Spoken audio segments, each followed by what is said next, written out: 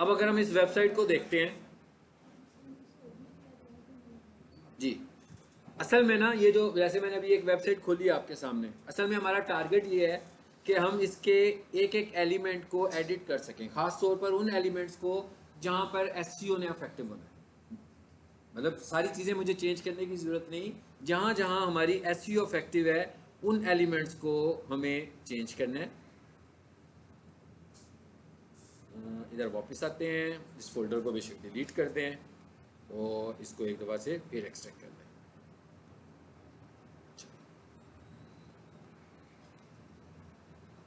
मैं इसकी बात कर रहा हूँ, दोबारा से देख लें ज़रा। टेक्स्ट की बात होगी, ये इसलिए दिखा रहा हूँ कि हमने जो कुछ पढ़ा उसको देखते हैं कि उसमें उसमें क्या देख लिया। हेडिंग स्टाइल देख लिया, ये माउस इसके ऊपर रखा तो तस्वीर नज़र आ रही है एक छोटी सी। फेविकॉन देख लिया, टाइटल देख लिया, हेडिंग स्टाइल देख लिए। अब पीछे बच गई मोस्ट इंपॉर्टेंट चीज़ जो बार बार हमारे सामने आ रही है, वो क्या है? तस्वीरें। यानी अब अगली चीज़ हमें समझनी है इमेजेस के मतलब कि एक वेबसाइट के ऊपर हमें कैसे आइडेंटिफाई करना है इमेजेस को। और इमेज ऑप्टिमाइजेशन एक बहुत बड़ा फैक्टर है एसईओ का। यानी कि जब मैं किसी वेबसाइट की एसईओ करता हूँ तो बहुत सारा टास्क होता है जो इमेजेस के ऊपर करना होता है। तो उसके लिए हमें सबसे पहले इमेज के टैग को भी समझना है और इमेज ऑप्टिमाइजेशन को भी समझना है। ठीक है, ये दोनों चीज़ें हमें अलग-अलग समझनी है। तो अब आ जाते हैं ज़रा नोटपैड में सीधा सीधा और इसको ख़त्म करते हैं। इसी फाइल में आगे चलते हैं। ये जहाँ पर हमने H1 लगाया हुआ है, यहाँ पर अब हम जरा एक इमेज का टैग भी लगाने लगे। IMG यानी इमेज का टैग का पहले तो हम सिंटेक्स समझने लगे कि IMG, बल्कि एक काम करें, पहले यहाँ से किसी इमेज को फाइंड कर लेते हैं। कंट्रोल F करें और लिखते हैं जी IMG।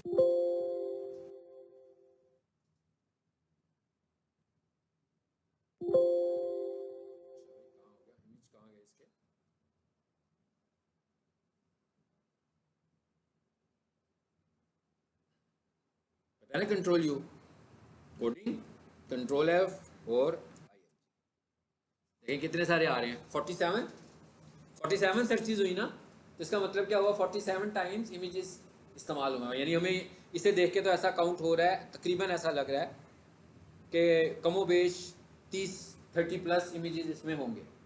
30 प्लस इमेजेस हैं और सिर्फ एक टैग को समझ लेते हैं, यहाँ से देख लेते हैं फिर उधर जाके काम करते हैं।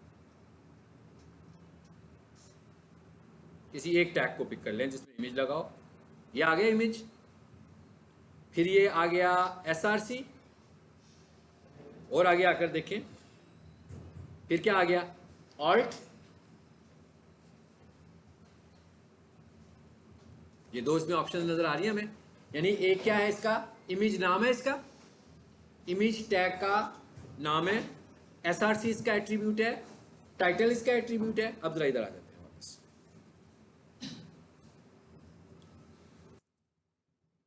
SRC इक्वल्स टू, इसका मतलब क्या हुआ? ये इमेज का क्या नाम है? इस फाइल में हम लोगों ने फेविकॉन यूज किया हुआ है ना। सो फेविकॉन एक तस्वीर है हमारे पास। सो प्रैक्टिस करने के लिए हम उसी को यूज कर लेते हैं। और आपने नोट किया था कि जब मैंने उसे लिंक के अंदर फेविकॉन यूज किया था तो वो आइकॉन की शक्ल में आया, लेकिन अब मैं उसको लिंक में इस्तेमाल नहीं कर रहा हूं तो वो तस्वीर की शक्ल में आएगा। ठीक है, सो मैं यहां लिखता हूं फेविकॉन डॉट PNG। आ गया। यहां पर हमें फाइल का नाम पूरा देना है। जब हम कोडिंग कर रहे होंगे तो हमें फाइल का नाम और एक्सटेंशन दोनों को कंसीडर करना है। लेकिन जैसे ही हम फाइल को सेव करते हैं तो वहां पर मैंने कहा था एक्सटेंशन को इग्नोर करें क्योंकि वो टाइप मेंशन हो चुकी है। लेकिन यहाँ पर जब हम डिफाइन कर रहे होंगे तो यहाँ पर आपको बताना पड़ेगा कि ये JPG है, ये PNG है, ये WebP है, कौन सी है। तो मुझे यहाँ पे बताया मैंने इसको, मैंने क्या बताया कि ये कौन सी है? PNG है। ये पहला एट्रीब्यूट हो गया। IMG तो टैग है ना। पहला एट्रीब्यूट क्या है? SRC स्टैंड फॉर सोर्स, यानी कि आपकी फाइल कौन सी है। उसके बाद इसका जो दूसरा इंपॉर्टेंट एट्रीब्यूट है that is alt. Alt stands for alternate.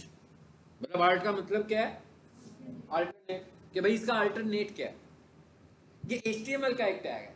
जब से HTML हम यूज करना शुरू किया है, जब से इसका पहला वर्जन आया है, तब से ये इसके अंदर मौजूद है। ऑल्ट का टैग SEO से भी पहले इससे मौजूद है। भाई एसईओ की भी तो कोई ओरिजिन होगी ना, कभी जाकर एसईओ शुरू हुई होगी।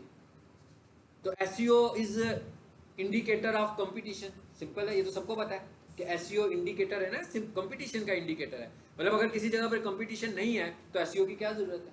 एडवर्टाइज कब करते हैं, जब कंपटीटर्स आए। एक बंदा है कि पूरे पाकिस्तान में कोई एक चीज़ एक ही बंदा बना रहा है, उसे बहुत सारी एडवर्टाइज करने की तो जरूरत ही नहीं है। उसको पता है भाई जिस बंदे को भी जरूरत होगी वो मेरे पास ही आएगा। तो जब कंपटीशन आ जाएगा तो फिर हमें एसईओ की जरूरत पड़ी थी।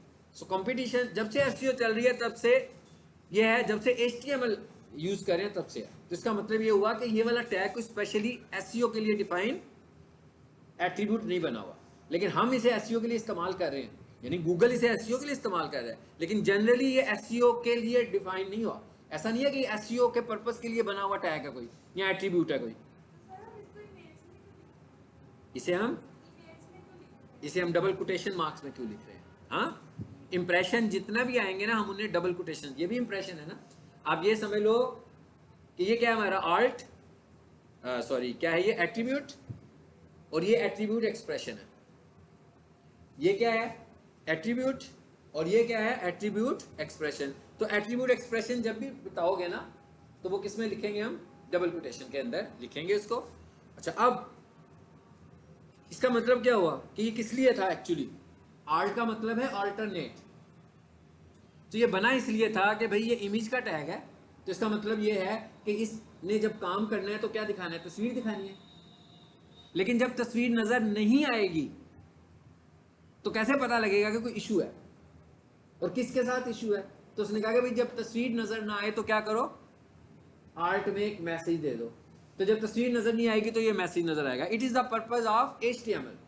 जब एचटीएमएल में इसका पर्पज था कि तस्वीर नजर ना आए तो मैसेज नजर आ जाए। अब अगर हम जनरल बात करें कि तस्वीर नजर क्यों नहीं आएगी भाई, नाम गलत लिखा होगा तो भी नजर नहीं आएगी, फॉर्मेट गलत लिखा होगा तो भी नजर नहीं आएगी। लेकिन अगर एक वेबसाइट है और वो चल रही है और इंटरनेट की स्पीड स्लो हो जाए, आप देखते हैं ना अक्सर इमेजेस नजर नहीं आते आपको। जब आपका नेट स्लो होता है तो इमेजेस लोड ही नहीं होते, तो क्या होता है, एक छोटा सा आइकन लोड होता है और उसके साथ एक लाइन में टेक्स्ट भी लिखा हुआ होता है। वो वाला जो टेक्स्ट होता है, अभी मैं दिखाता हूँ आपको, वो वाला जो टेक्स्ट होता है वो क्या होता है, वो आर्ट के अंदर मेंशन किया हुआ टेक्स्ट है। अगर किसी ने आर्ट को इसी तरह छोड़ दिया जैसे अभी मैंने छोड़ा है, मैं तो इसमें कुछ मेंशन नहीं किया ना अभी तक, तो इसका मतलब क्या हुआ कि नजर टेक्स्ट तो कोई नहीं आएगा। अब मैं यहां लिखता हूं, वही लिख लेते हैं जो हमारा ऊपर कीवर्ड है एक तरह से, ठीक है। प्रोफेशनल किचन,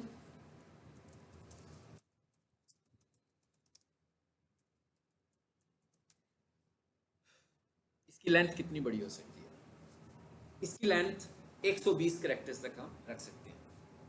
आर्ट के अंदर जो हम मैसेज दे रहे हैं इसकी लेंथ कितनी बड़ी हो सकती है, 120 तक। टाइटल की लेंथ कितनी होती है, 60। इसका मतलब क्या हुआ कि जो हमारा कीवर्ड है, दो कीवर्ड हम यहाँ मेंशन कर सकते हैं, एक प्राइमरी और एक सेकेंडरी कीवर्ड भी यहाँ पे यूज, कीवर्ड रिपीट भी कर सकते हैं।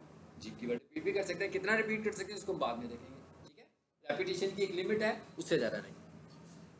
लेकिन कीवर्ड रिपीट यहाँ काउंट में नहीं आएगा, ये भी ध्यान में रखिएगा। कीवर्ड रिपीट कंटेंट में काउंट में आएगा, क्योंकि ये तो कंटेंट ही नहीं है। आप देख रहे हैं ना कंटेंट क्या है, इस सूरत में कंटेंट क्या है, ये तस्वीर। दूसरा कंटेंट क्या है, ये तो कंटेंट ही नहीं है, इसके अंदर मैं जितनी दफा मर्जी लगाऊंगा वो उसको काउंट नहीं करेगा, क्योंकि ये कंटेंट में नहीं आ रहा, उधर वो हमारे पास लिमिट आएगी।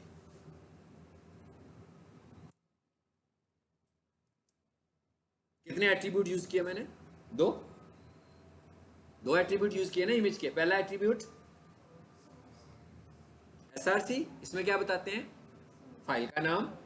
दूसरा एट्रीब्यूट ऑल्ट, इसमें क्या बताते हैं, इसमें अल्टरनेटिव टेक्स्ट बता रहे हैं हम बेसिकली। एक और है हमारे पास जी, टाइटल, इसको मैंने डबल कोट्स लगा लिया और यहां पर भी मैंने क्या लिख दिया,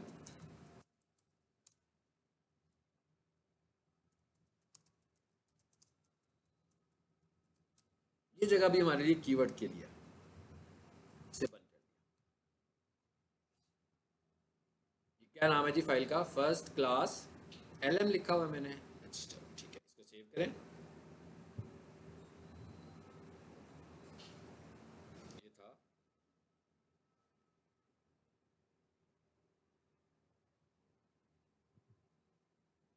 ये वाली फाइल थी, यही थी ना, इसे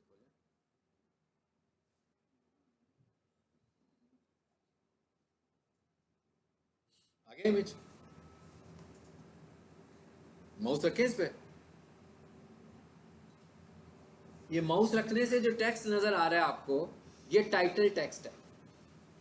माउस रखने से हमें जो टेक्स्ट नजर आ रहा है ये टाइटल टेक्स्ट है, आर्ट टेक्स्ट तो नजर ही नहीं आ रहा, इसका मतलब है यहाँ पे।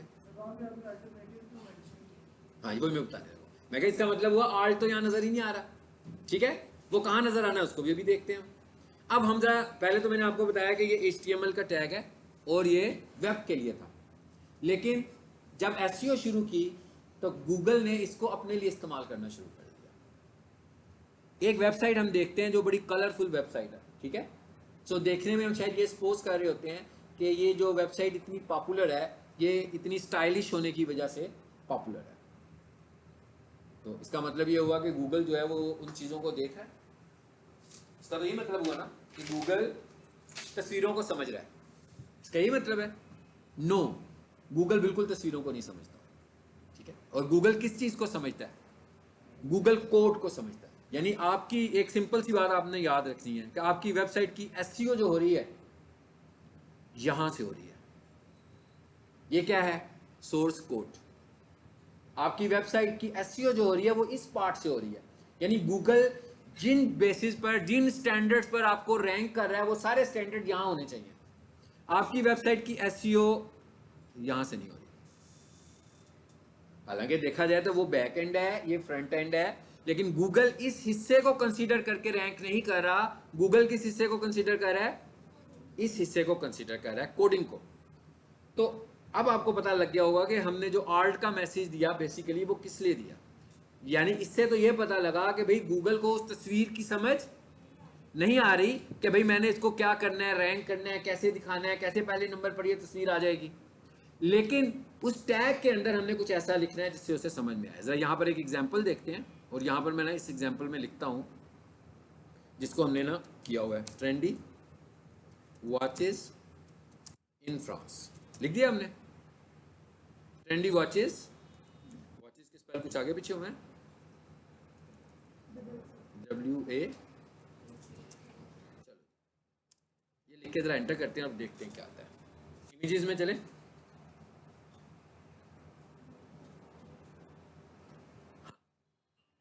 देखिए मैंने क्या लिखा, ट्रेंडी वॉचेस इन फ्रांस, ये टर्म लिखी ना मैंने। अब आप इसके ऊपर नजर आने वाली तस्वीरें देखें और ब्रांड देखें, कौन सी ब्रांड है जिसकी तस्वीरें सबसे ज्यादा आ रही हैं। हमने कहीं पर रेनी मॉरस नहीं लिखा, कंपनी का नाम रेनी मॉरस है जो सेल कर रहा है फ्रांस में घड़ियां। हमने तो कहीं नहीं लिखा कि रेनी मॉरस की वॉच देखनी है, या हमने कीवर्ड में रेनी मॉरस यूज किया हो। रेनी मॉरस इटसेल्फ ब्रांड है, वहां पर खरीदनी हो किसी ने तो इस ब्रांड से बहुत ज्यादा सेल बाय ब्रांड भी लोग सर्च करते हैं इसको। यहाँ पर क्या आया? रेनी मॉरस, फिर रेनी मॉरस, रेनी मॉरस, हर वेबसाइट रेनी मॉरस की आ रही है। इट इज इमेज SEO, ये हमने इमेज SEO की हुई है। और नीचे आया था, नीचे भी कुछ पेजेस रेनी मॉरस के होंगे, ये भी रेनी मॉरस का ही पेज आ गया, ये भी रेनी मॉरस का ही पेज आ गया। सो भाई कितनी स्ट्रॉन्ग SEO हुई है इमेज के ऊपर। यही सीख रहे हैं आप कि इमेज की SEO हमने करनी कैसे है। इसका मतलब क्या हुआ? हम कह रहे हैं कि हमें ऐसी SEO करनी है कि जब हम ब्रांड को लिखेंगे, जब हम कीवर्ड को लिखेंगे, अब ये इसका मतलब क्या हुआ आपको समझ में आ गया होगा कि सबके आल्ट में ये पड़ा हुआ है। सबके आल्ट में ये एक फैक्टर है अभी SEO का, कि सबके आल्ट में हमने क्या लिखा हुआ है? Trendy watches. सबके ऑल्ट टैग में हमने क्या लिखा हुआ है? Trendy watches. और उसी की, अब मैंने इन फ्रांस इसलिए लिखा क्योंकि इस वक्त हम पाकिस्तान से इसको सर्व कर रहे हैं ना, तो ट्रेंडी वॉचेस मैं करूंगा तो वो किसी पाकिस्तान की रीजन की वेबसाइट को दिखाएगा। तो इस वेबसाइट को हमने किया कहाँ पर हुआ रैंक? फ्रांस में किया हुआ है। अगर कोई बंदा फ्रांस में इसे देखेगा तो वो इन फ्रांस नहीं लिखेगा, वो लिखेगा ट्रेंडी वॉचेस।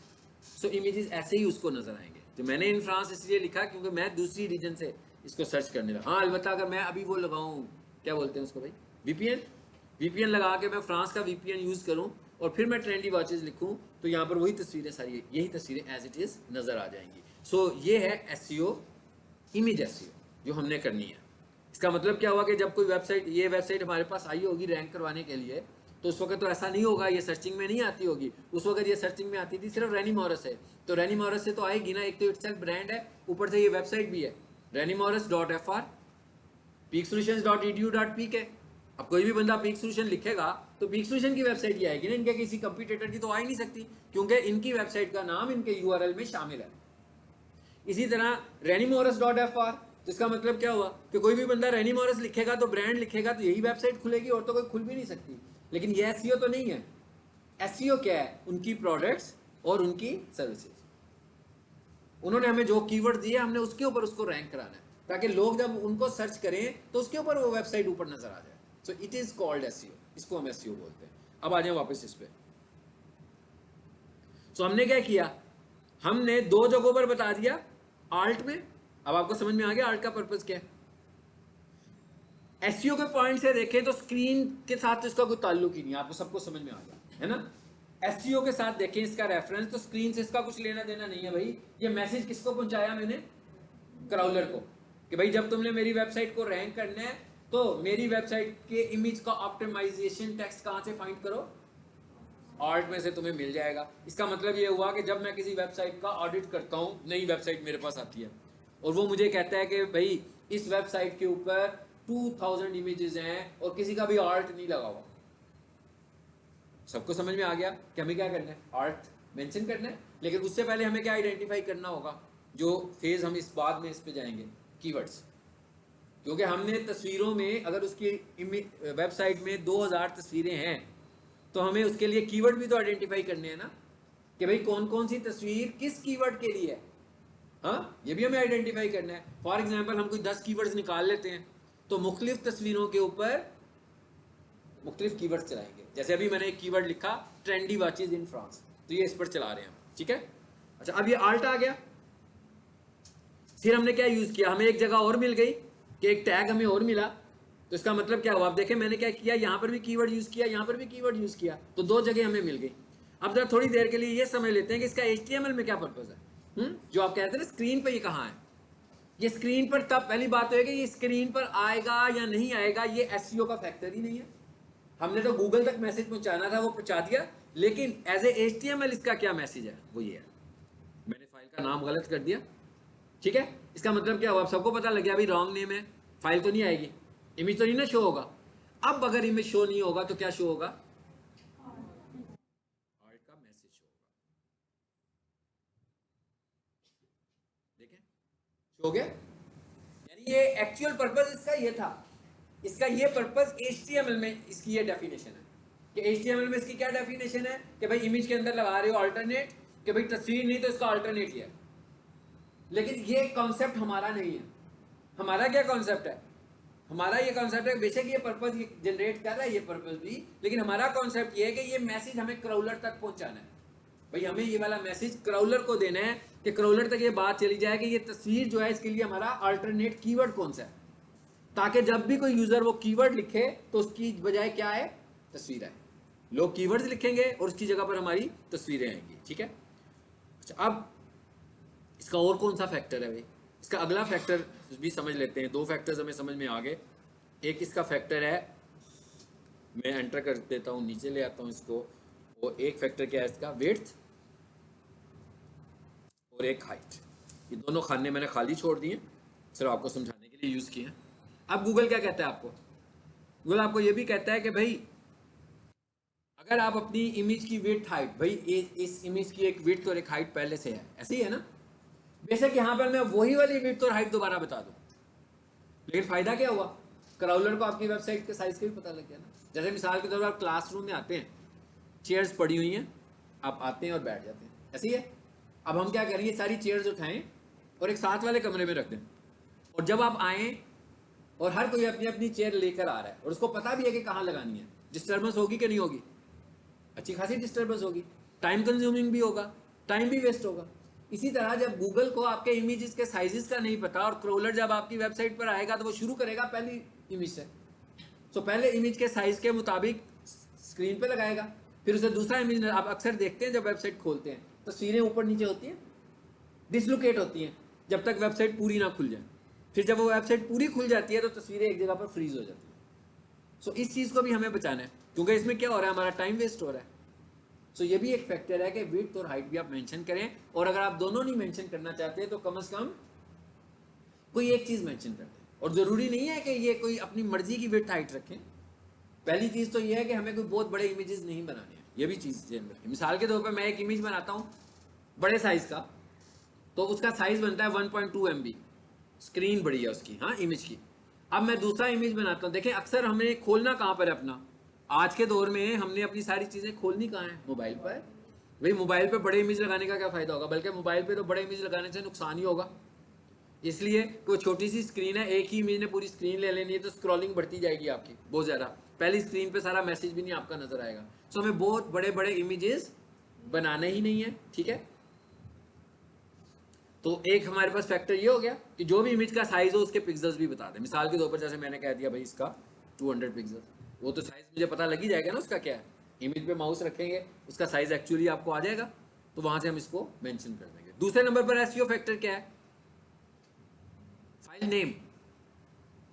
फाइल नेम जो है उसमें भी कीवर्ड होना चाहिए। मिसाल के तौर पर हम यहाँ क्या कह रहे हो, इस फाइल का एक्चुअली नाम क्या होना चाहिए था असल में, कौन बताएगा?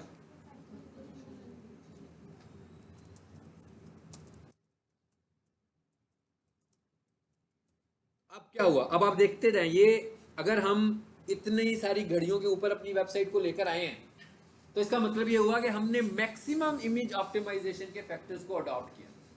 तो जो नीचे आ रहे हैं अगर वो भी करेंगे अडॉप्ट उतने ही फैक्टर्स को, तो कंपटीशन बढ़ जाएगा हमारा उनके साथ। लेकिन हो सकता है कि उन्होंने इतने सारे फैक्टर्स अडॉप्ट या कुछ भी ना किया हो। भाई देखें आज के दौर में भी लोग वेबसाइट डिजाइन पर फोकस करते हैं, वेबसाइट रैंकिंग पर फोकस नहीं करते। हर किसी का दिल में यही होता है कि मुझे वेबसाइट अच्छी नहीं लग रही, भाई इसको ठीक कर दो। हर कोई यही कहता है ना, कोई आपको कभी ये नहीं कहेगा कि मेरी वेबसाइट विजिबिलिटी में क्यों नहीं आती है, इस मसले का हल चाहिए। हमें अपनी वेबसाइट को विजिबिलिटी में लेकर आना है, पहला टास्क हमारा जो है। अगर आपकी वेबसाइट नजर ही नहीं आ रही है तो जितनी खूबसूरत मर्जी आप बना लें, उसका क्या फायदा। अभी हम ये आगे जाकर पढ़ेंगे कि वेबसाइट की खूबसूरती और उसकी विजिबिलिटी, इनका आपस में क्या रिलेशनशिप है और क्या होना चाहिए। Dash in place of space, ऐसे ही है ना, professional dash kitchen dash equipment, space use नहीं किया। यानी एक और फैक्टर हमें क्या पता लगा कि फाइल के नाम में कीवर्ड हो। एक और फैक्टर हमें क्या पता लगा कि फाइल के नाम में स्पेस नहीं होनी चाहिए। ये सारे एसईओ के फैक्टर्स बोल रहा हूं इस वक्त मैं। एचटीएमएल की जो फैक्टर्स है वो समझ चुके हैं हम कि टैग क्या है। मैं कहा टैग की साइंस समझ में आ गई है। अब मैं जो कुछ बता रहा हूं आपको सब एसईओ फैक्टर्स बता रहा हूं। इसके नाम में कीवर्ड, नाम में डैशेस, रिकमेंडेड फॉर्मेट वेबपी, उससे कम रिकमेंडेड पीएनजी। अभी तो ये वेबपी भी नहीं है, हाँ अभी बताऊंगा मैं वेबपी कैसे बनेगा, ठीक है, वो भी बताता हूँ। उसके बाद आल्ट टेक्स्ट यूज कीवर्ड इन 120 characters, title tag use keyword, उसमें भी अपना कीवर्ड यूज करें, आर्ट में भी अपना कीवर्ड यूज करें। अब आर्ट में मैं 2 कीवर्ड लगाऊं तो बुरे नहीं लगेंगे, लेकिन स्क्रीन पे लगाऊंगा तो शायद बुरे लगेंगे। सो ज्यादा बेहतर है कि स्क्रीन पर आप सिर्फ एक ही कीवर्ड यूज कर लो, क्योंकि वो तो माउस रखने से ऊपर नाम लिखा हुआ आ जाएगा,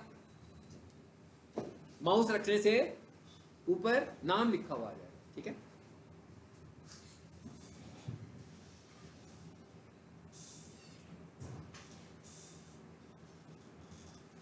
और एक और फैक्टर हमारे पास वो क्या है, अब नाम का भी पता लग गया। भी रिकमेंडेड क्या है, रिकमेंडेशन क्या है उसकी, वेब पी। वेब पी एक इमेज फॉर्मेट है और इस इमेज फॉर्मेट को हम बोलते हैं नेक्स्ट जनरेशन इमेज फॉर्मेट। आप में से कोई अगर डिजाइनिंग टूल यूज करता है जैसे Photoshop, Corel Draw, adobe Illustrator, तो उसमें आप इमेजेस बनाते हैं, उसमें आपके पास पीएनजी की ऑप्शन भी आती है, उसमें जिफ की ऑप्शन भी आती है, उसमें जेपीजी की भी ऑप्शन आती है, वेबपी की ऑप्शन नहीं आती है। आप एडोब का लेटेस्ट वर्जन भी यूज करेंगे तो वेबपी का ऑप्शन नहीं आएगा। आप कोरल का लेटेस्ट वर्जन यूज करेंगे, यानी ये वाला format specially internet browser format है, ये किसी प्लेटफॉर्म में भी अवेलेबल नहीं है, अभी तक नहीं है। इसको हम बोलते हैं नेक्स्ट जनरेशन फॉर्मेट। ये क्या है, पीएनजी, पीएनजी की फाइल को आप एक्सेल में भी खोल लेते हैं, है ना, वर्ड में भी, यानी आप एडिटर्स में भी खोलते हो, आप एप्लीकेशन में भी खोलते हो, आप ब्राउजर्स में भी खोलते हो। लेकिन जो वेब पी की फाइल है वो स्पेशली डिजाइन हुई है सिर्फ और सिर्फ ब्राउजर्स के लिए, यानी वो इंटरनेट ब्राउजर पे चलेगी, चाहे वो गूगल क्रोम हो, चाहे वो सफारी हो, ठीक है, कोई भी इंटरनेट ब्राउजर होगा वो उस पर खुलेगी, चाहे वो फायरफॉक्स हो, कितने सारे इंटरनेट ब्राउजर्स हैं, ये सारी के सारे फॉर्मेट्स उसके लिए। गूगल रिकमेंड करता है फाइल टाइप्स में, उसकी पहली रिकमेंडेशन है वेबपी। हम क्या करते हैं, जब हमारे पास कोई आती है फाइल वेबसाइट तो हम उसकी कन्वर्जन भी करते हैं। 1000 इमेजेस पड़े हुए हैं, अब आपको पता लग गया मैंने उनके साथ क्या ट्रीटमेंट करना है। उनके नामों को भी हम चेंज करेंगे, उनके फॉर्मेट्स को भी हम चेंज करेंगे, उनके आर्ट भी लगाएंगे, उनके टाइटल भी लगाएंगे, उनके नामों में कीवर्ड भी यूज करेंगे, हाइफन भी, ये सारे के सारे एसईओ फैक्टर्स डिस्कस कर रहा हूँ आप लोगों से। और उसके बाद एक इमेज मेरे पास आता है और जब मैं उसका साइज देखता हूँ तो पता लगता है किसी इमेज का साइज 1 MB है, तो किसी इमेज का साइज 800 किलोबाइट्स है, किसी का 900 किलोबाइट्स है। या अब मेरा क्या होगा, कंप्रेशन के इमेजेस को मुझे कंप्रेस भी करना है, ठीक है। तो जब हम किसी इमेज को पीएनजी से या जेपीजी से वेब पी बनाएंगे तो वेब पी बनने के साथ वो कंप्रेस भी होंगे। अगर आपको लग रहा हो कि भाई इमेज कंप्रेशन कम हो रही है तो पहले मैं सिर्फ इमेज कंप्रेशन यूज करूं, इमेज को छोटा कर लिया। मिसाल के तौर पर मैं कहता हूं एक इमेज है मेरे पास, वो है 1 MB का, अब मैंने उसको वेब पी भी बनाना है, तो मैंने क्या किया, पहले फेज में मैंने उसको इमेज कंप्रेस किया। इमेज कंप्रेस का मतलब है कि मैंने उसकी टाइप को चेंज नहीं किया, सिर्फ इमेज ही कंप्रेस किया, पता लगा ना वो 1 से 600 किलोबाइट्स पे चला गया। अगले फेज में मैंने उसको कन्वर्ट किया पीएनजी से वेब पी में, तो वो थोड़ा और ज्यादा रिड्यूस हो गया।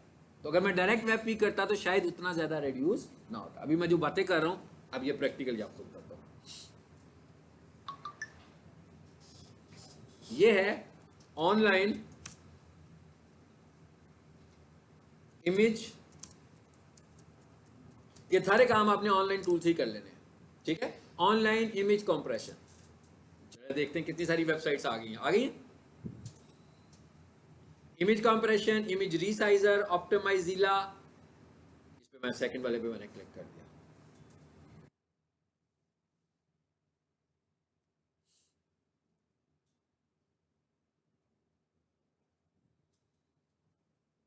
और दूसरी साइड पे इसे खुल जाने से, मुझे थोड़ा स्लो भी चल रहा है। आगे क्या लिखेंगे, पीएनजी टू वेब पी, मतलब दूसरे नंबर पे मैंने ये लिख दिया। अब मेरे पास पीएनजी है तो मैंने पीएनजी टू वेब पी किया ना, अगर मेरे पास जेपीजी होती तो जेपीजी टू वेब पी करता। सो ये काम मुझे ऑनलाइन करना है, क्योंकि मैंने कहा कि भाई फोटोशॉप ऐसा तो नहीं मैं फोटोशॉप में खोलूं और सेव एज करके उसे वेब पी कर लूंगा। तो ये मुझे काम ऑनलाइन करना है।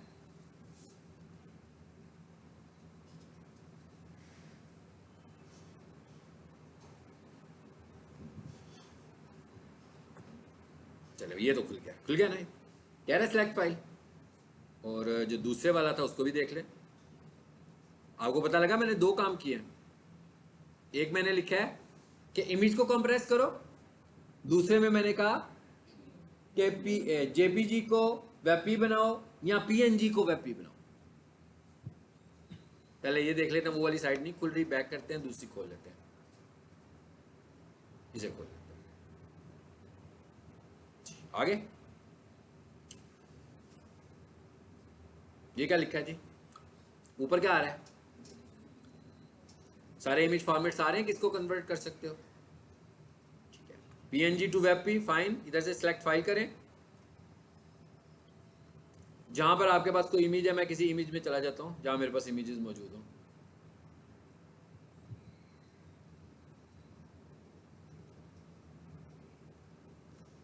जी, काफी सारी तस्वीरें हैं, इनमें से किसी एक पिक को पकड़ लेते हैं।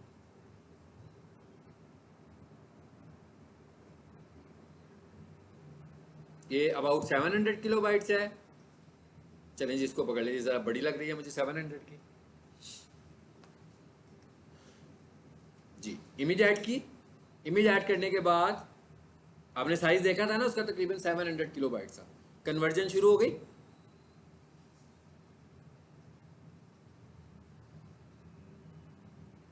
अब आगे क्या ऑप्शन आ गया हमारे पास, डाउनलोड। जी साइज देखें क्या आ रहा है अब इसका, 85.7 किलोबाइट्स। इसका साइज क्या था, 700 किलोबाइट्स, और कन्वर्ट करने के बाद उसने इसको क्या कर दिया, 87। गूगल रिकमेंड करता है इमेजेस के साइजेस को बिटवीन 100 to 300 किलोबाइट्स। अगर आपके इमेजेस रिच, अब मिसाल के तौर पर आप खुद सोचें कि मेरे पास एक वेबसाइट आती है एसईओ के लिए, और उसकी वेबसाइट पे 900 किलोबाइट्स के इमेज के साइजेस हैं, और उसके अंदर कोई कम से कम 500 इमेजेस हैं। उसके बाद मैं उनको 900 किलोबाइट्स की बजाय मैं उन्हें 100 या 200 किलोबाइट्स पे ले जाता हूँ, तो कितनी सारी स्पेस बची है। उसके बाद वो जो 900 किलोबाइट्स का इमेज लोड होने का जो टाइम है और जो 100 या 200 किलोबाइट्स के इमेज का लोड होने का टाइम है, फर्क पड़ेगा। यही है वो एसईओ जिसकी वजह से कोई चीज रैंक करेगी। तो सबसे पहले हम क्या करेंगे, ये जो सबसे आखिर में काम किया, सबसे पहले ये करेंगे। सबसे पहले क्या करेंगे, इमेजेस को कंप्रेस करेंगे, ठीक है।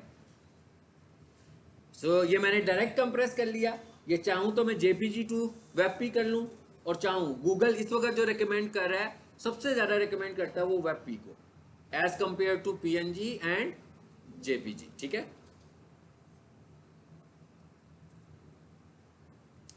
लिखा हुआ है जी पीएनजी, और ये वेबपी लिखा हुआ है, इस पे आए जरा।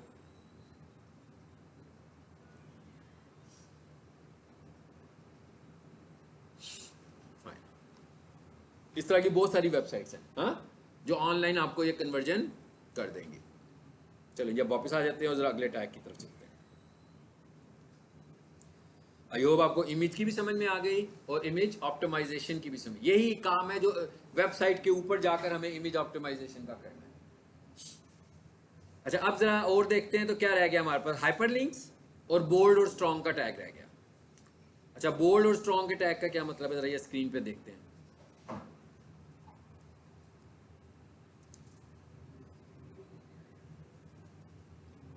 ये एक पैराग्राफ लिखा हुआ है, मैं इसी पैराग्राफ को कॉपी करता हूं और यहां ले आते हैं इसमें,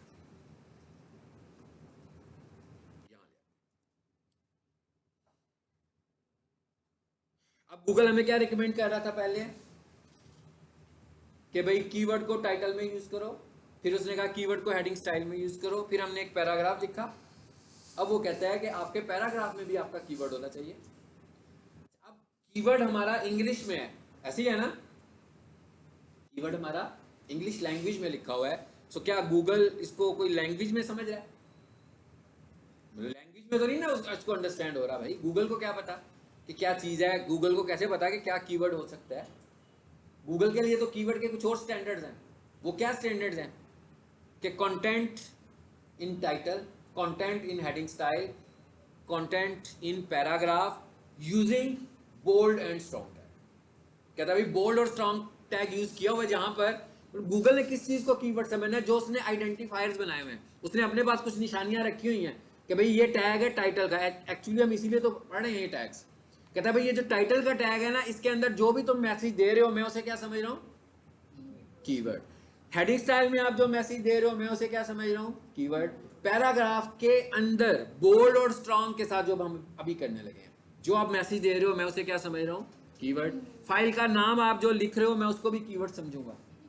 फाइल के ऑल्ट एट्रीब्यूट में, यानी इमेज के ऑल्ट एट्रीब्यूट में आप जो मैसेज दोगे, मैं उसे क्या समझूंगा, कीवर्ड। इसमें मतलब क्या हुआ, वहां पर क्लिक हेयर लिखा हुआ है, वहां पर पिक 007 लिखा हुआ है, जो भी लिखा हुआ है उसके मुताबिक क्या है वो, उसके मुताबिक वो कीवर्ड ही है। तो इसका मतलब ये हुआ कि हमारी साइंस है कि हम क्या करते हैं। अदरवाइज अगर हम एसईओ नहीं करवाते, वो वेबसाइट जो खूबसूरत वेबसाइट्स बनवाती हैं और एसईओ नहीं करवाते हैं, तो इसका मतलब क्या हुआ, उनके ये पॉइंट्स तो सारे खाली ही पड़े हुए हैं ना। बल्कि खाली नहीं पड़े हुए, कुछ ना कुछ है। वो जो डेवलपर की मर्जी है, वो जिस तरह फाइलों के नाम रखता है, उसको तो एसईओ का भी नहीं पता। वो तो एक डिजाइन की बात कर रहा है ना, सिर्फ वेबसाइट का डिजाइन कैसा होगा। तो इसका मतलब ये हुआ कि कुछ अनडिफाइंड चीजें उसकी कीवर्ड्स बन गए, जो कि क्लाइंट के लिए इंपॉर्टेंट नहीं थे, बल्कि वो डेवलपर एक खास स्टाइल से, उसने अपनी टीम है उसमें वो काम करते हैं कि ये फाइलों के नाम रखी जाते हैं। वो कुछ ऐसे ऑटो टूल यूज करते हैं जिसमें ऑटोमेटिकली पिक 001, पिक 002, पिक 003 खुद ही नाम चलते जा रहे हैं। तो वही चीजें क्या डिफाइन हो गई उसके कीवर्ड्स। जब वो चीजें कीवर्ड डिफाइन होगी तो इसका तो मतलब रैंक ही नहीं हो सकती वेबसाइट आपकी कभी भी। उन्हीं चीजों को हम पकड़ रहे हैं और कीवर्ड्स पे लेकर आ रहे हैं।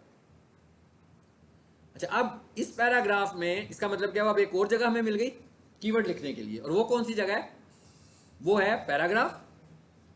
सेव करें जरा इसको और इस फाइल को चलाएं जरा, जहां मैंने लिखा हुआ है, पहले इसको देख लेते हैं। आ गया, टेक्स्ट ऊपर लिखा हुआ, सपोज किया कि ये हमारा पैराग्राफ। अब हम ये कह रहे हैं, गूगल हमें क्या कह रहा है, कहता है पैराग्राफ के अंदर भी आप अपने कीवर्ड यूज करें, और पैराग्राफ के अंदर अपने कीवर्ड यूज करने के बाद आपने क्या करना है, मुझे कैसे पता लगेगा कीवर्ड है, आपने उसको बोल्ड या स्ट्रॉन्ग के अंदर लिखना है।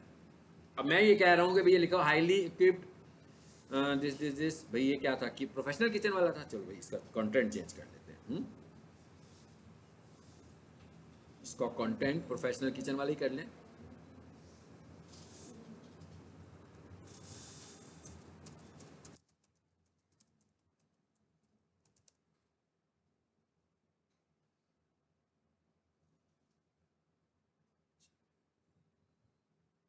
अब आपने इस वेबसाइट को देख के मुझे बताना है कि इसका कीवर्ड क्या है, हाँ।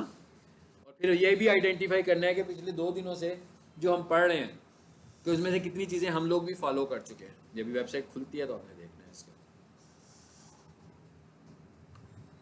आपने देखा मैंने कीवर्ड क्या लिखा है ऊपर, मतलब सर्च टर्म मैंने क्या लिखी है, प्रोफेशनल किचन इक्विपमेंट, ये सर्च टर्म लिखी है ना मैंने।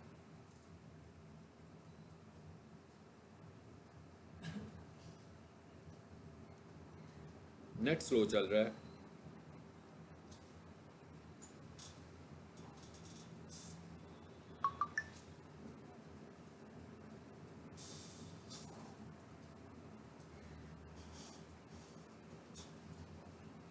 एक तो इसको जरा बंद करके ना फिर ऑन कर लेता हूँ।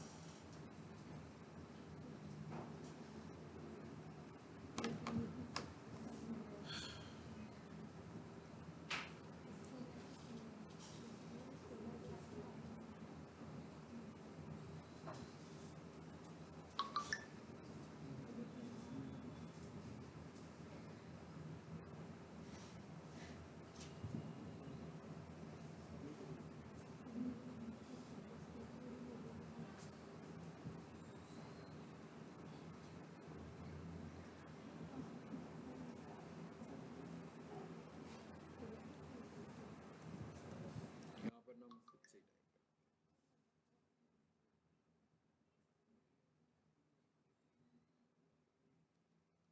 फॉर एग्जाम्पल मैंने लिखा जी यहाँ पर वी आर सेलिंग क्वालिटी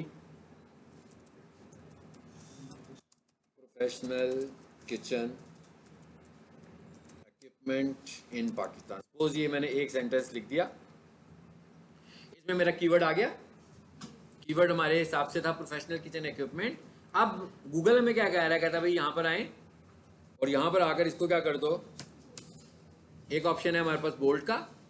अब एक और नया टैग देखा हमने बोल्ड का, ये बोल्ड का टैग है। मतलब ये ऐसा टैग है जैसे आप वर्ड में लिख रहे हो तो ऊपर बोल्ड पे क्लिक करते हो तो बोल्ड हो जाता है ना। लेकिन यहाँ पर हमारे पास इस काम के लिए 2 टैग्स हैं, एक बोल्ड भी है और एक स्ट्रॉन्ग भी है। बोल्ड की हिस्ट्री है कि वो बहुत पुराने वर्जन, पहले वर्जन में इंट्रोड्यूस हुआ है, और स्ट्रॉन्ग जो है वो उसके बाद भी इंट्रोड्यूस हुआ था। अब इसका मतलब क्या हुआ कि दोनों एक ही काम कर रहे हैं। हम क्या करते हैं, हम पूरे कंटेंट के अंदर कहीं बोल्ड कर देते हैं और कहीं स्ट्रॉन्ग। एक्चुअली दोनों का बिहेवियर बिल्कुल एक जैसा है, लेकिन सोर्स में डिफरेंट कोड फाइंड होते हैं उसको, और गूगल तो सोर्स से फाइंड कर रहा है, तो कहीं इसको बोल्ड मिलता है और कहीं उसको स्ट्रॉन्ग मिलता है। इस पे आ जाए जी वापस, इसको राइट क्लिक करें और रीलोड कर दें जी, आ गया।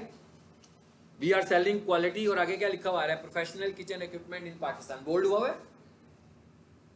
एक चीज याद रखनी है कि heading styles are the headers of paragraph. कई लोग ये समझते हैं कि भाई हेडिंग स्टाइल 6 हैं और जो छठा हेडिंग स्टाइल है वो तो बहुत ही छोटा है, तो वो पैराग्राफ के साइज में एडजस्टेबल भी है ना। तो कहते हैं भाई क्यों हम बोल्ड स्ट्रॉन्ग यूज करें, हम हेडिंग स्टाइल 6 को यूज कर लेते हैं बीच में। सो हेडिंग स्टाइल की डेफिनेशन क्या है कि heading styles are headers of paragraph. इसका मतलब क्या हुआ, जो चीज़ हेडर है वो पैराग्राफ का पार्ट तो हो ही नहीं सकती। अगर वो पैराग्राफ का पार्ट हम बना देंगे तो इसका मतलब है कि हमने स्ट्रक्चरली एक बग क्रिएट कर दिया, जो कि एसईओ के हवाले से एक बग है। यानी गूगल कहेगा कि भाई आपने मिस यूज किया स्ट्रक्चर का। इसलिए मैं कह रहा हूं कि heading styles are headers. Heading style जो है वो हमारे पास हेडर्स हैं। किसके हेडर्स हैं, पैराग्राफ के हेडर्स हैं। ठीक है, समझ में आ गया ये वाला पॉइंट भी। और मैंने क्या बताया कि पैराग्राफ के लिए कीवर्ड मेंशन करने के 2 टैग्स। नंबर 1 बोल्ड, बोल्ड को कैसे लिखा हमने, बी के साथ, और स्ट्रॉन्ग का पूरा वर्ड लिखेंगे। कहीं पर हम बोल्ड लगाएंगे, कहीं पर स्ट्रॉन्ग। यानी बोल्ड लिखना होगा तो क्या करेंगे बी, और स्ट्रॉन्ग लिखना होगा तो क्या करेंगे पूरा स्ट्रॉन्ग का वर्ड यूज करेंगे, ठीक है। लेकिन अगर मैं अभी इसको स्ट्रॉन्ग कर देता हूं तो इसमें कोई खास फर्क नहीं पड़ने वाला।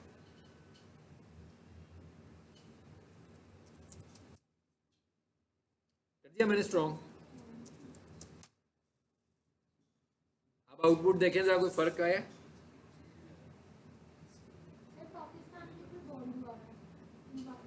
पाकिस्तान क्यों बोल्ड हुआ हुआ है, अभी देखते हैं क्यों हुआ हुआ है। पहले तो देखें, ठीक है। पाकिस्तान क्यों बोल्ड हुआ हुआ है, ठीक है, आपका क्वेश्चन तो अच्छा है।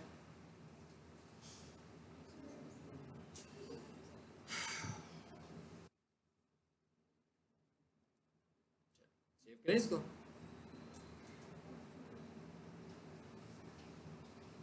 ठीक हो गया, क्लोज नहीं हुआ था ना, इसलिए, ठीक है। HTML के अंदर ना दो तरह के टैग्स हैं, एक को हम बोलते हैं पेयर टैग्स और एक को हम बोलते हैं सिंगुलर टैग्स। पेयर टैग्स का मतलब क्या होता है कि आपको उसे पेयर की शक्ल में क्लोज करना लाजमी है, और जो सिंगुलर टैग्स होते हैं वो ऑटो क्लोज होते हैं, यानी कि जैसे ही आपने टैग को यूज किया वंस, उसने क्लोज कर दिया। इसकी एग्जांपल क्या है, IMG, एक IMG लगाया, बस बात खत्म हो गई। पेयर टैग की एग्जांपल्स क्या है, बोल्ड, स्ट्रॉन्ग, हेडिंग स्टाइल्स, ये सब पेयर टैग्स की एग्जांपल्स हैं, ठीक है। अब आ जाते हैं आगे वापस, एक टैग और करेंगे आज बस, और फिर आज की लेसन को वाइंड अप करेंगे। बिल्कुल कर सकते हैं, वो भी कर सकते हैं, वो भी SEO के पॉइंट में काम आ सकते हैं आपके, इटैलिक को भी यूज कर सकते हैं, ठीक है। लेकिन जो मोस्टली फाइंड कर रहा होता है ना, मतलब अगर हम इटैलिक यूज कर रहे हैं या नहीं कर रहे हैं, गूगल हमें ये नहीं कहेगा कि आपने इटैलिक क्यों यूज किया या क्यों यूज नहीं किया, वैसे ही हम जरा हाईलाइट करने के लिए यूज कर लें। इसके अंदर एक और टैग होता है, लेकिन वो मैंने खुद नहीं बताया, एम्फेसिस का, उसको भी यूज कर सकते हैं, उसको गूगल कंसिडर करता है। कितना कंसिडर करेगा, मतलब बोल्ड और एम्फेसिस का मतलब भी क्या होता है, किसी चीज को एम्फेसिस करना, जोर देना, यानी कि नुमाया कर देना उसको।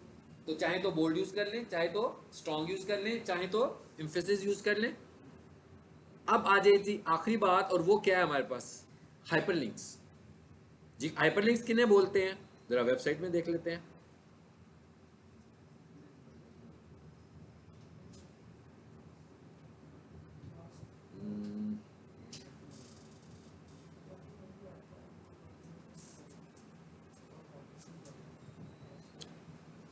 नेट स्लो चल रहा है, एनीवेज हम कुछ और खोल लेते हैं।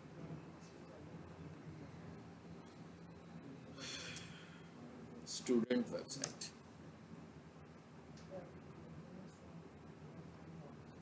अगली क्लास में, अब ये जो वेबसाइट आपको मैंने खोल के अभी दिखाई है, अगली क्लास में हम इस वेबसाइट पे काम करेंगे सीधा, कि आप लोगों ने इस वेबसाइट को अपनी वेबसाइट बनाना है, क्योंकि ये वेबसाइट मैं आपको दूंगा जिप फॉर्मेट में, इससे आप लोगों ने अपनी एक वेबसाइट बनानी, और हम एक प्रोजेक्ट बना लेते हैं, किसी एक टॉपिक पे काम कर लेते हैं।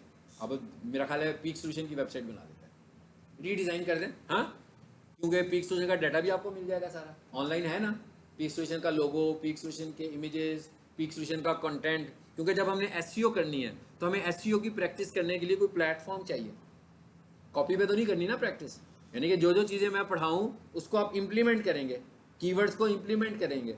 तो आप सब ने ये एक वेबसाइट में आपको दूंगा, और आप लोगों ने इससे अपनी वेबसाइट बनानी है, ठीक है।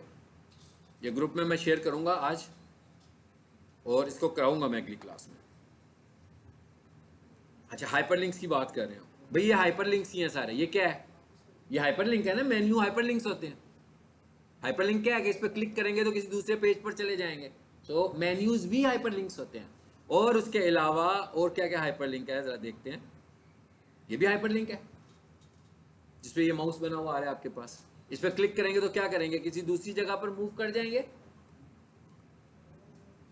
ये हाइपरलिंक नहीं है, जहां पर माउस रखेंगे ये क्या है, ये भी हाइपरलिंक्स है। सो गूगल हमें ये कहता है कि आपकी वेबसाइट में मुनासिब तादाद में हाइपरलिंक्स भी होने चाहिए। बेसिकली हाइपरलिंक्स क्या है, आपकी कम्युनिटी को डिफाइन करते हैं। कहता है आपकी आपकी जो वेबसाइट है वो आइसोलेटेड नहीं होनी चाहिए, कि भाई एक वेबसाइट है बस उसको पढ़ते जाओ, सब जो कुछ भी है उसी पेज पर है, इर्द गिर्द कुछ भी नहीं जाना कहीं। आपकी वेबसाइट पर आउटर लिंक्स भी होने चाहिए और इनर लिंक्स भी होने चाहिए। आपके अंदर इंटरनल लिंक्स भी होने चाहिए वेबसाइट पे, और एक्सटर्नल भी होने चाहिए। एक्सटर्नल का क्या मतलब है कि भाई मेरी वेबसाइट के ऊपर कोई ऐसा कंटेंट है जो कि ज़्यादा डिटेल कंटेंट विकीपीडिया पे पड़ा हुआ है, तो मैं हाइपरलिंक उसके साथ बना लूंगा। मेरी वेबसाइट पे कोई कंटेंट है, मेरा अपना लिंक्डइन अकाउंट है या मेरा फेसबुक पेज है, मैं ट्रैफिक उधर लेकर जाना चाहता हूँ, तो ये कौन सा लिंक हो रहा है? External links. फेसबुक पेज से लोग आपकी वेबसाइट पर आ रहे हैं, ये कौन सा लिंक है? External links. दोनों ही एक्सटर्नल है ना भाई, बाहर से आ रहे हैं। आप बाहर ट्रैफिक लेकर जा रहे हो अपनी साइड से, पेज से ट्रैफिक आपके पेज पर आ रही है, तो ये कौन से हैं? External links. इंटरनल लिंक्स का क्या मतलब है कि होम का पेज है, हम कोर्सेज के पेज पर चले गए, कोर्सेज का पेज है, हम होम के पेज पे वापस आ गए, अबाउट अस का पेज है, वो कोर्सेज के पेज पे जा रहा है, तो ये कौन से हैं? ये सारे के सारे इंटरनल लिंक्स। कोई कॉमेडी बात की है मैंने? आपको क्यों हंसी आ गया? क्या हो गया भाई, इतनी हंसी? अब रोक लो, रोक ली क्या? मतलब क्या, मुझे भी बताओ यार, मैं इतनी देर से बोल रहा हूँ। हैं क्या था? बाद में क्या यार, अभी बता दो, इंजॉय कर लेते हैं हम लोग सारे। हैं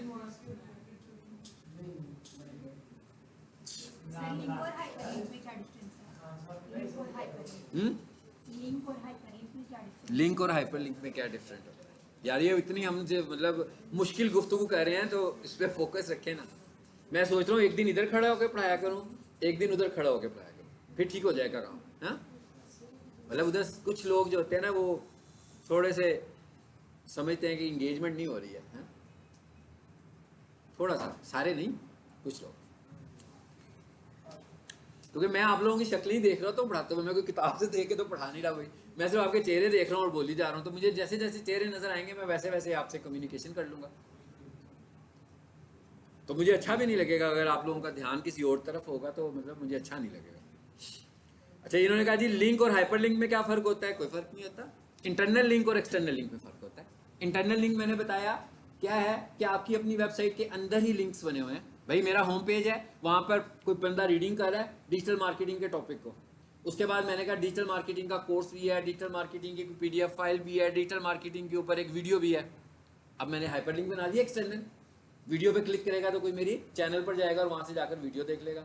PDF पे क्लिक करेगा तो क्या होगा? डाउनलोड हो जाएगा। तो ये सब क्या हो रहा है? ये हाइपरलिंक्स बने हुए हैं। इसी तरह मेरा अपना कोई लिंक्डइन अकाउंट है, मेरा फेसबुक पेज है, और मैं उधर से जाकर एक पोस्ट लगाता हूँ और उसकी डिस्क्रिप्शन में लिंक दे देता हूँ अपनी वेबसाइट का, और साथ में एक इमेज भी डिजाइन कर देता हूँ। तब क्या हो रहा है? उधर से भी इंगेजमेंट मिल रही है, सोशल इंगेजमेंट की भी जरूरत है। याद रखें, आपकी वेबसाइट को सोशल इंगेजमेंट की भी जरूरत है, and it is a part of SEO. यह आपकी वेबसाइट के साथ सोशल इंगेजमेंट एसईओ का ही पार्ट है। सो हम जितनी ज्यादा इंगेजमेंट करेंगे, गूगल उतना सेटिस्फाई होगा कि भाई आपकी वेबसाइट को सोशल सिग्नल्स मिल रहे हैं। तो आपको अपने पेजेस से भी और दूसरों के पेजेस से भी सोशल सिग्नल्स अपनी वेबसाइट के लिए लेने हैं, खास तौर पर फेसबुक से। अच्छा, अब आ जाते हैं इधर वापस। जी बोले। सर ये पीक सॉल्यूशन है, पीक सॉल्यूशन तो पाकिस्तान में एक ही है, दूसरा तो नहीं है, से एसईओ का क्या फायदा है? हाँ जी बिल्कुल ठीक है, बहुत क्वेश्चन किया, इसका मैं भी आपको जवाब देता हूँ। ठीक है, ये जरा पहले हाइपरलिंक को खत्म करते हैं, फिर इसका जवाब देते हैं। अच्छा, अब एंकर। जी एंकर की बात हो रही है, हाइपरलिंक की बात हो रही है। चलिए जी यहाँ लगा लेते हैं हाइपर, बल्कि ये जो हेडिंग स्टाइल लिखा हुआ है ना, इसको कर लेते हैं हाइपरलिंक।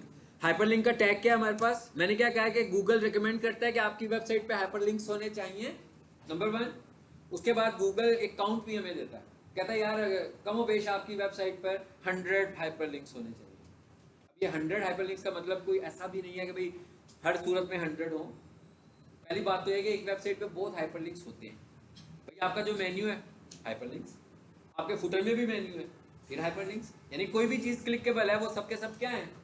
हाइपरलिंक्स बने हुए हैं। लेकिन हमें जोर जबरदस्ती हाइपरलिंक्स नहीं बनाने। एक वेबसाइट है विकिपीडिया, ठीक है ना, वो तो बनी ही हाइपरलिंक्स पर हुई है सारी। आपने देखा है ना, 2 वर्ड्स के बाद हाइपरलिंक आ जाता है, हर 2 वर्ड्स के बाद हाइपरलिंक आ जाता है। उसमें क्लिक करें वो किसी और पेज पे खोल के उसकी डिटेल बता देता है। तो ऐसा भी नहीं होना चाहिए। मीनिंगफुल तरीके से आपने हाइपरलिंक्स का इस्तेमाल करना है, जोर जबरदस्ती नहीं करनी। लेकिन एक आम सही वेबसाइट हो जो कंटेंट से भरपूर हो, तो उसके ऊपर वो कहता है कि 100 हाइपरलिंक्स हो तो अच्छी बात है, लेकिन कोई ज़रूरी नहीं है भाई 40-50 प्लस भी इज फाइन हाइपरलिंक्स के। लेकिन हाइपरलिंक्स होने चाहिए। अगर आपकी वेबसाइट पे हाइपरलिंक नहीं है, इसका मतलब है कि हम कह रहे हैं कि हमारी वेबसाइट आइसोलेटेड है, सिंगल है, इसको कोई कहीं और से कोई रेफरेंस नहीं मिल रहा।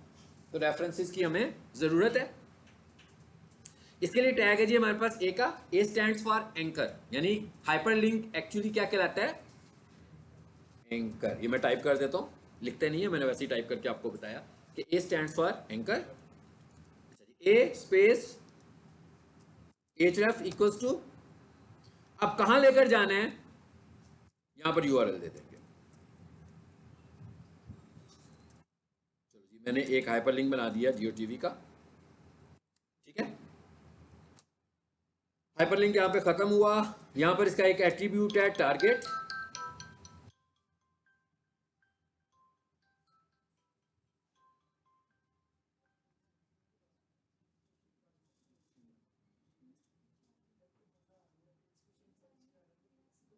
बिल्कुल सही, आपका बहुत अच्छा क्वेश्चन, अभी आपको इसका जवाब मिलता है। आपको अभी इसका जवाब मिलेगा, ठीक है, लेकिन कोशिश करेंगे कि क्लास में कोई और बंदा इसका जवाब दे, नहीं तो फिर मैं दूंगा। यहाँ पर आ गया जी, ये टारगेट का इसमें एक एट्रीब्यूट होता है। टारगेट का मतलब क्या है कि हाइपरलिंक की टारगेट विंडो कौन सी होगी। भाई हाइपरलिंक की कोई टारगेट विंडो तो होनी चाहिए ना। मतलब मैं किसी वेबसाइट पे विजिट किया हुआ है, अब मैं उस पर एक हाइपरलिंक मुझे नजर आता है, मैं उसे क्लिक करूंगा तो खुलेगा ना कहीं पे। अब यहाँ तो उसी पेज पे खुलेगा, तो यहाँ तो नए पेज पे खुल जाएगा। सो टारगेट इक्वल्स टू, इसका एट्रीब्यूट्स हैं दो, एक्सप्रेशंस हैं दो। Number 1 blank.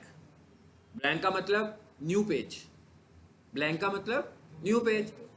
दूसरा एट्रीब्यूट है इसका पेरेंट।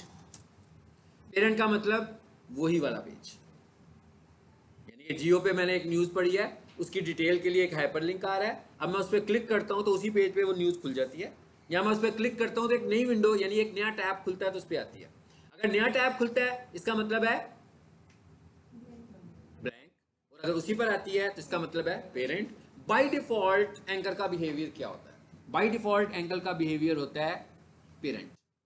यानी अगर मैं ये टारगेट यूज ही नहीं करता, मतलब टारगेट में ना मैं ब्लैंक लिख रहा हूँ ना मैं पेरेंट लिख रहा हूँ, तो जब मैं उस लिंक पे क्लिक करूंगा तो उसी पेज पे खुलेगी, तो इसका मतलब क्या हुआ कि उसका बाय डिफॉल्ट बिहेवियर क्या है? पेरेंट। हम किसे रेकमेंड करते हैं? ब्लैंक को, ठीक है। उसके बाद वही वाला एट्रीब्यूट यहां पर भी मौजूद है हमारे पास। कौन से वाला? जो इमेज में था हमारे पास टाइटल के, हाइपर लिंक के ऊपर माउस रखें तो फिर मैसेज आ जाएगा। तो हमने कहा भाई हमारे पास कीवर्ड था professional kitchen equipment.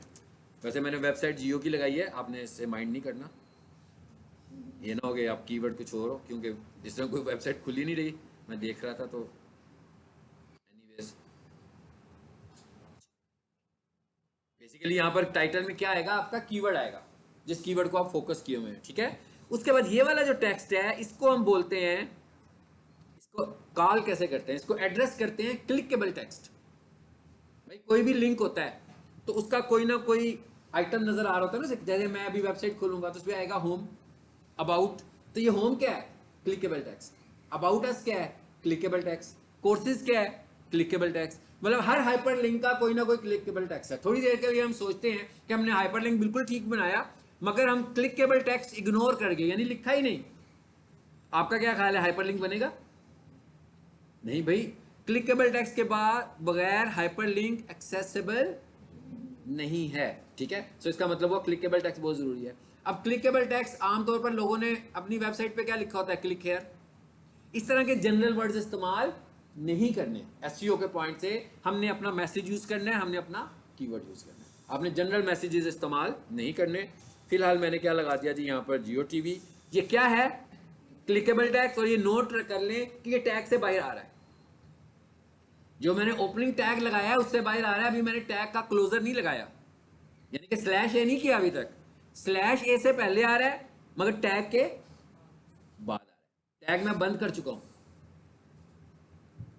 Slash A. ठीक हो गया? सेव करें जी इसको और देखते हैं कि क्या आउटपुट आई है इसकी।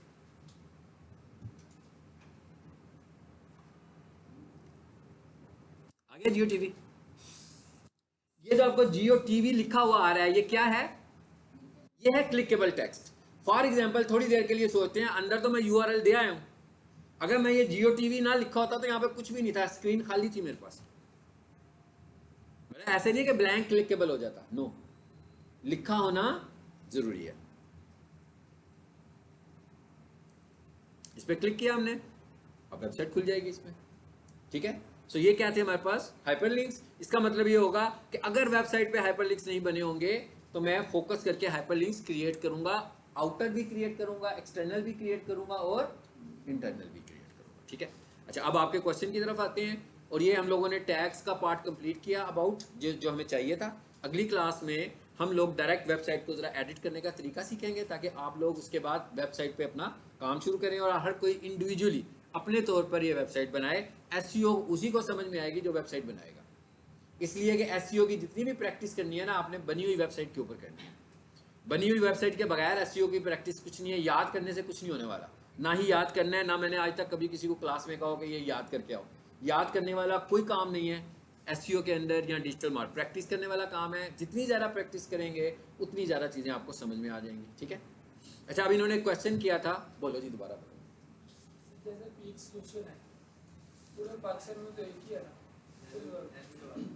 आप जैसे ज़हीन बंदे से वैसे मैं सवाल एक्सपेक्ट नहीं करता हूँ। कोई इसका जवाब दे सकता है? कह रहे हैं जी पीक सोल्यूशन तो एक ही है, तो फिर क्यों एसईओ क्यों करवाएं? अच्छा जी, इन्होंने कहा दूसरी एकेडमी से कंपटीशन करने के लिए। चलो गुड। नाम का तो कंपटीशन नहीं है, बिल्कुल नहीं है, बिल्कुल नहीं है, बिल्कुल सही कह रहे हैं। और आगे बोलते जाए। हाँ, ये देखें ना, एसईओ का एसईओ है क्या एक्चुअली? एसईओ पिक सोल्यूशन नहीं है। आपको मैंने अभी बोला था ना, जैसे मैंने आपको वो ट्रेंडी वॉचेस दिखाई, सो मैंने कहा भाई ये तो ब्रांड है रेनी मॉरस, तो रेनी मॉरस तो मैंने लिखा ही नहीं, आई तो रेनी मॉरस ना। यही तो मैं कह रहा हूँ, हमारा फोकस ही ये है। हम कहते हैं कि जनाब आपकी वेबसाइट है पीक सॉल्यूशंस, आपकी वेबसाइट है स्टार्स एकेडमी, आपकी वेबसाइट है किप्स एकेडमी। भाई इन नामों से तो लोगों ने आपको पहचानना है, मगर उन लोगों ने जो आपको पहले जानते हैं। जो लोग आपको जानते नहीं है उन्होंने आपको पहचानना है आपकी ब्रांड से, सॉरी आपकी प्रोडक्ट से और आपकी सर्विसेज से। यानी आपकी प्रोडक्ट्स और आपकी सर्विसेज क्या हैं? आपकी प्रोडक्ट है web development courses in Lahore, digital marketing courses in Lahore, foundation course in Lahore, computer diploma, IELTS courses, spoken English classes. अब यहाँ पर तो पीक सॉल्यूशन कहीं भी नहीं आ रहा। हम ये कह रहे हैं जब कोई बंदा लिखे कि spoken English classes in Lahore तो पीक सॉल्यूशन आ जाए। जब कोई बंदा लिखे web development courses in Lahore तो पीक सॉल्यूशन आ जाए। अगर कोई बंदा ये मुझे कहे कि जनाब मुझे क्या जरूरत पड़ी है एसईओ करवाने की, ये देखो पीक सॉल्यूशन लिखता हूँ तो मेरा नाम ही आता है, तो इसका तो मतलब है कि वो अपने उन्हीं कस्टमर के साथ बिजनेस आज भी करना चाहता है जिनके साथ वो आज से 20 साल पहले कर रहा था, इसलिए कि उसकी ब्रांड बन गई है, 20 साल पहले लोग उसको जानते हैं। हम उन्हीं लोगों की बात कर रहे हैं। हम कहते हैं भाई एक बंदा गांव से आया, उसे किसी ने कहा भाई लाहौर चले जाओ, लाहौर में बड़े अच्छे अच्छे कॉलेज हैं, वहां से जाके कोर्स करना। वो लाहौर आया, लाहौर आते ही उसने सबसे पहले लिखा best computer college in Lahore. मैं उस बेचारे को क्या बता कि भाई पीक सॉल्यूशन से पढ़ना चाहिए, किप्स एकेडमी से पढ़ना चाहिए, स्टार्स एकेडमी से पढ़ना चाहिए, कौन सी एकेडमी से पढ़ूं? उसने लिखा बेस्ट कंप्यूटर कॉलेज या कोई इस तरह का वर्ड, इसी तरह का कोई और वर्ड लिख दिया। अब पीक सॉल्यूशन तो नहीं लिखा। तो हम ये कह रहे हैं कि भाई ये हमारा पहला लेसन है बिजनेसमैन के लिए, जिसको हम एसईओ के लिए कन्विंस करते हैं। मैं कही उसके साथ पहली बातचीत यही होती है कि जनाब आपकी ब्रांड बहुत मशहूर है, लेकिन आपकी ब्रांड को जो लोग जानते हैं सिर्फ वही आपको एक्सेस करें। अभी तक आपकी प्रोडक्ट्स को और आपकी सर्विसेज को जो लोग जानते हैं उन्होंने आज तक आपसे रब्ता नहीं किया, क्योंकि वो आप तक उनकी रीच ही नहीं है। उनकी रीच आपके साथ कैसे होगी? कीवर्ड्स के साथ। ये कीवर्ड्स हम आपको बनाकर देंगे कि आपके कौन से कीवर्ड्स होने चाहिए। फिर हम जब उनको आपकी वेबसाइट पे इंप्लीमेंट करेंगे, जैसे अभी हमने कहा ट्रेंडी वॉचेस, आजकल हम इसका काम कर रहे हैं फैशन वॉचेस, तो हम कहते हैं फैशन वॉचेस लिखे, ट्रेंडी वॉचेस लिखे तो उसकी वेबसाइट ऊपर आए। हम नहीं कह रहे कि रेनी मॉरस से ऊपर आए।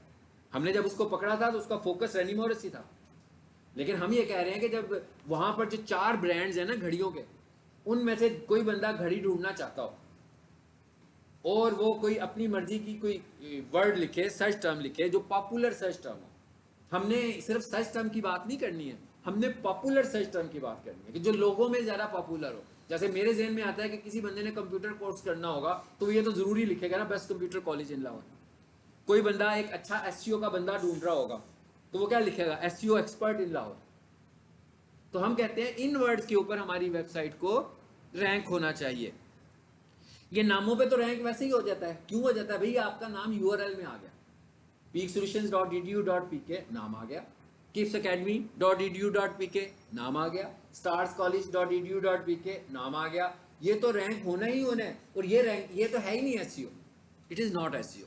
एसईओ ये है कि आपको लोग आपकी प्रोडक्ट्स और लोग आपकी सर्विसेज से फाइंड कर ये हम भी यही सीख रहे हैं। मैं क्या हम लोग भी यही सीख रहे हैं कि भाई किस तरीके से हम किसी के बिजनेस को प्रोडक्ट देखें। किप्स की सर्चेस कम होंगी, प्रोडक्ट्स की सर्चेस ज्यादा होंगी, सर्विसेज की सर्चेस ज्यादा होंगी। ठीक है, सो ये हमारा टॉपिक है इसमें।